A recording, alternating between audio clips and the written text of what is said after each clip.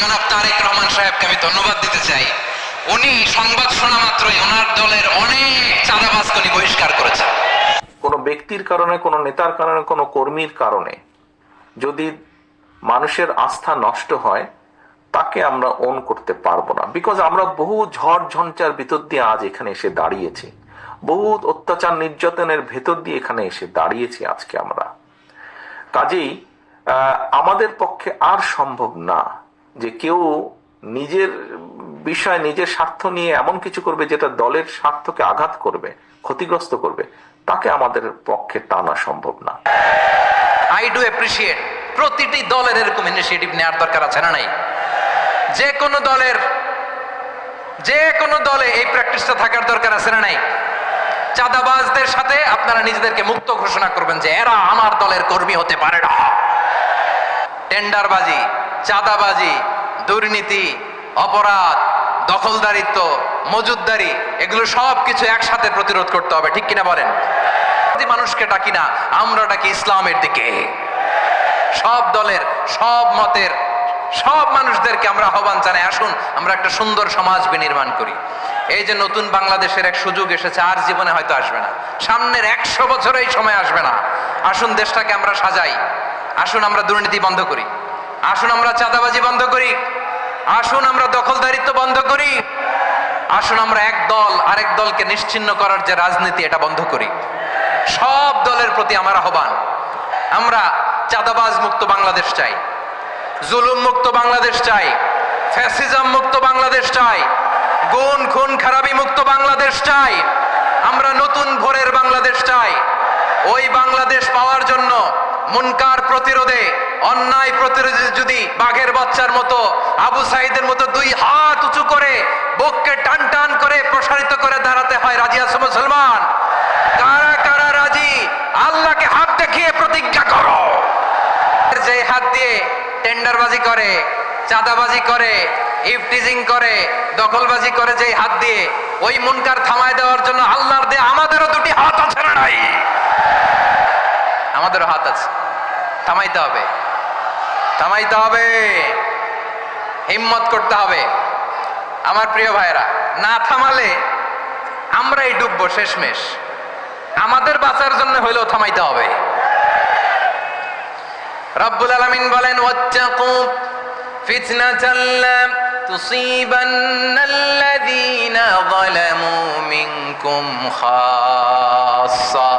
ও আমার গোলামেরা, ওই আযাবকে ভয় করো যে আযাব যখন আমি জমিনের বুকে পাঠাই, শুধু জালেমদেরকেই মারি না, আলেমদেরকেও মারি। আযাব যখন আসে তখন শুধু জালিমই মরে না, আলেমও মরে। জানেন, মুসা আলাইহিস সালামের পায়ে একবার একটা লাল পোকা কামড় দিয়েছে, লাল পিঁপড়া।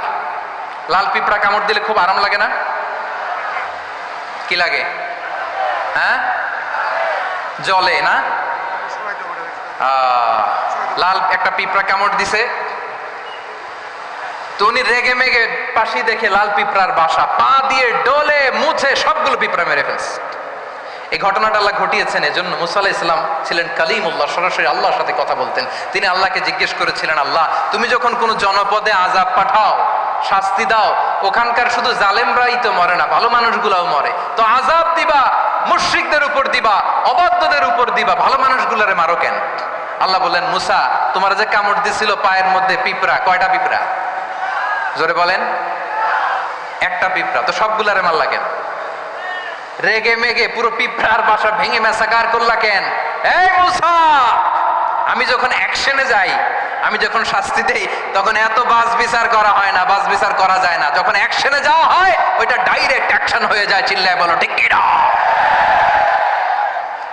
এজন্য আমাদের বাঁচার জন্য হলেও এই পাপ থামাতে হবে, এই শয়তানের অট্টহাসি থামাতে হবে, অন্যায় অপরাধ সমাজ থেকে আমাদের থামাতে হবে। কারণ আযাব আসলে ওরাও মরবে, আমরাও মরব। একটা জাহাজ 2 তলা, আপনি আছেন 2য় তলায়, শুনতেছেন? শুনতেছেন? জাহাজ কয় তলা? আপনি কোন তলায়? 2য় তলায়। নিচের তলার কিছু লোক জাহাজের তলা ছিদ্র করতে আরম্ভ করছে। কি ছিদ্র করতেছে? আচ্ছা, জাহাজের তলা ছিদ্র করলে তলা দিয়ে কি ঢুকে? এখন আপনি যদি বলেন আমার কি, আমি তো 2 তলায়, আমার কি, আমি তো সেফ, আমি ইন দ্য সেফ জোন, আমি তো ভালো আছি, আমি তো ভালো আছি, ওরা ছিদ্র করে ওরা মরবে। আসলে কি শুধু ওরা মরবে, নাকি তলা ফুটো হলে ভিতরে পানি ঢুকলে আপনারও সলিল সমাধি হবে? তলা দিয়ে যখন পানি ঢুকবে, জাহাজ ডুবলে আপনিও মরবেন। এজন্য নিজে মরার আগে ওই পাগলগুলোর নিচতলায় যে থামাতে হবে, চিল্লায় বলেন ঠিক কিনা? এজন্য আল্লাহ বললেন মুনকার প্রতিরোধের দায়িত্ব সমাজের টপ টু বটম সবার। পুরো আম্মার দায়িত্ব, সরকার প্রধানের দায়িত্ব, প্রতিটি ফ্যামিলির প্রধান বাবার দায়িত্ব, বিশ্বনবী বললেন প্রতিটি সচেতন মুসলিমের দায়িত্ব। এজন্য মুনকার প্রতিরোধ করার দরকার আছে না নাই? সমাজে এই যে ইফটিজিং হয়, আপনার বোনের বয়সী একটা মেয়েকে কিছু বখাটে টিটকারি করে, এই বলে সেই বলে, নোংরা কথা বলে, রাস্তায় দেখেও আপনি পাশ দিয়ে না দেখার মতো চলে যান কেন? নীরবতা আর আমাদের নিশ্চুপ থাকাই জালিমদেরকে আরো শক্তিশালী জালিম বানিয়েছে। এজন্য মুনকার প্রতিরোধের দায়িত্ব আমাদের সবার। রাব্বুল আলামিন বলেন ওয়ায়ানহা আনিল ফাহশাই ওয়াল মুনকারি ওয়াল বাগি ইয়াইযুকুম লাআল্লাকুম তাযাক্কারুন। বসুন। আল্লাহ বললেন আমি অশ্লীলতাকে নিষেধ করি, আমি সব ধরনের মন্দ কাজকে নিষিদ্ধ করি, সব শেষে আমি সীমা লঙ্ঘনকে তোমাদের জন্য নিষিদ্ধ করি। আলোচনা মনে আছে তো, না ভুলে গেছেন? নিষিদ্ধ করেছেন কয়টা জিনিস? 1 নম্বরে অশ্লীলতা, 2 নম্বরে মুনকার তথা সব মন্দ কাজ, 3 নম্বরে আল বাগি সীমা লঙ্ঘন, ক্রসিং দ্য লিমিট। সীমা লঙ্ঘন করা ভালো না। We all should know our limits. চিল্লায় বলেন ঠিক কিনা? একই আয়াতে আল্লাহ বললেন কুল ইন্নামা হাররামা রাব্বিয়াল ফাওয়াহিশা মা যাহারা মিনহা ওয়া মা বাতানা ওয়াল ইসমা ওয়াল বাগিয়া বিগাইরিল হক। অন্যায় ভাবে যে অবাধ্য হয়, যে সীমা লঙ্ঘন করে, তাদেরকেও আমি এটা হারাম করে দিলাম। সীমা লঙ্ঘন করা হারাম, সীমা লঙ্ঘন করা হারাম। আল্লাহ বারবার বারবার আমাদেরকে ওয়ার্নিং দেয়। যখন আমরা থামি না তখন আল্লাহ ধরে, আর যখন ধরে তখন ছাড়ে না। ধরে ধরে ধরে না, ধরলে আল্লাহ। ফেরাউনকে কিন্তু হুট করে ধরে নাই, আপনারা জানেন 9 বার ওয়ার্নিং দিয়েছে। ফেরাউনকে আল্লাহ তাআলা ওয়ার্নিং দিয়েছিল কয়বার? বীর চট্টলার বীর সেনানীরা আওয়াজ করে বলেন ফেরাউনকে ধরার আগে ওয়ার্নিং দেওয়া হয়েছিল কয়টা? রাব্বুল আলামিন বলেন ওয়ালাকাদ আতাইনা মূসা 9 আয়াতিন বাইয়িনাত, 9টা মুআজিজা দেখিয়েছি। 1 2 3 বারবার এইভাবে রিমাইন্ডার, ওইভাবে রিমাইন্ডার, এইভাবে নসিহাত, ওইভাবে দাওয়া। ফাকুলা লাহু কাওলান লাইয়িনা, নরম করে বলো, সফট করে বলো, যত ওয়ে হতে পারে দাওয়া মেথডোলজি। মুসা আলাইহিস সালামের সব অ্যাপ্লাই শেষ, 10ম বারে যে আল্লাহ ধরছে।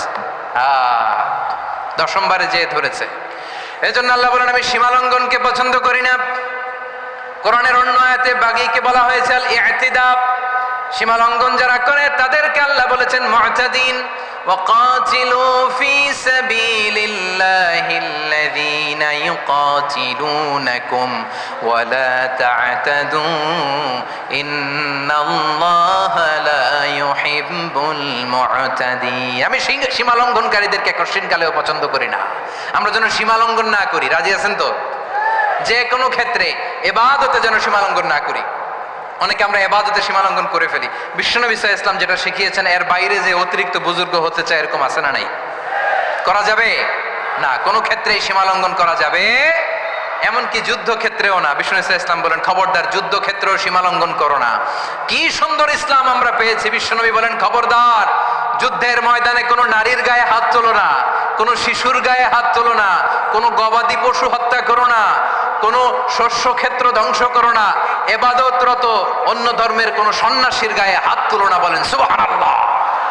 তাহলে আমরা সীমা লঙ্ঘন করতে পারবো? প্রিয় ভাইরা, একটা সুখী, সমৃদ্ধ, শান্তির সমাজ, মানবিক সমাজ যদি আমরা গঠন করতে চাই, আমাদের আল্লাহর দেয়া কয়টা আদেশ মানতে হবে বলেন দেখি? সবাই বলেন কয়টা? আর বেঁচে থাকতে হবে কয়টা জিনিস থেকে? আওয়াজ করে বলেন কয়টা? আচ্ছা, আদেশ নাম্বার 1 কি ছিল বলেন? আল্লাহর আদেশ কি? 1 নাম্বার আদাল, ন্যায় পরায়ণতা। আমরা সুবিচার, সুশাসন, ন্যায় বিচার চাই কি চাই না? 2 নম্বরে কি ছিল?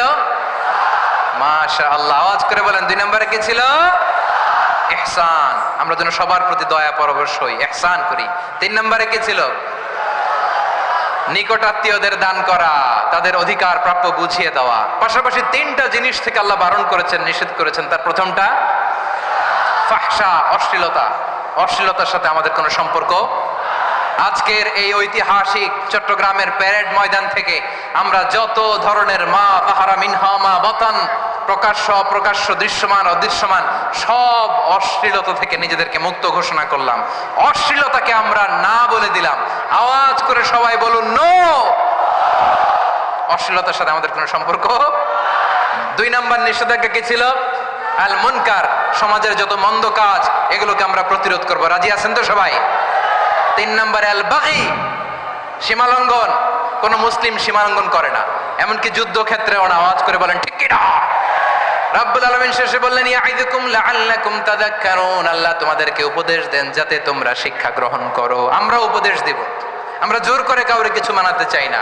লা ইকরাহা ফিদ্দিন ওয়া যাক্কির ফাইন্না যিকরা তানফাউল মুমিনিন। উপদেশ দিলে এটা মুমিনদের কাজে দেয়। লাস্তা আলাইহিম বিমুসাইতির ইন্নামা আনতা মুযাক্কির। নবী হে, আপনি রিমাইন্ডার দাতা, আপনি উপদেশ দিবেন। আমরাও বিশ্বনবীর এই হাদিসগুলো থেকে, কোরআনের আয়াত থেকে রিমাইন্ডার, এই কথামালা বাণীবাহক হিসেবে এই বাণীগুলো আপনাদের সাথে কাছে পৌঁছে দিলাম। আমরা আল্লাহ তাআলার কাছে প্রার্থনা করি, আল্লাহ আমরা যেন আদল দিয়ে আমাদের সমাজকে গঠন করতে পারি। আল্লাহ আমরা যেন ইহসান করতে পারি, আমরা যেন নিকটাত্মীয়দের দান করতে পারি। আল্লাহ যত ধরনের অশ্লীলতা, অনাচার, মন্দ কাজ, সীমালঙ্ঘন, অবাধ্যতা থেকে যেন আমরা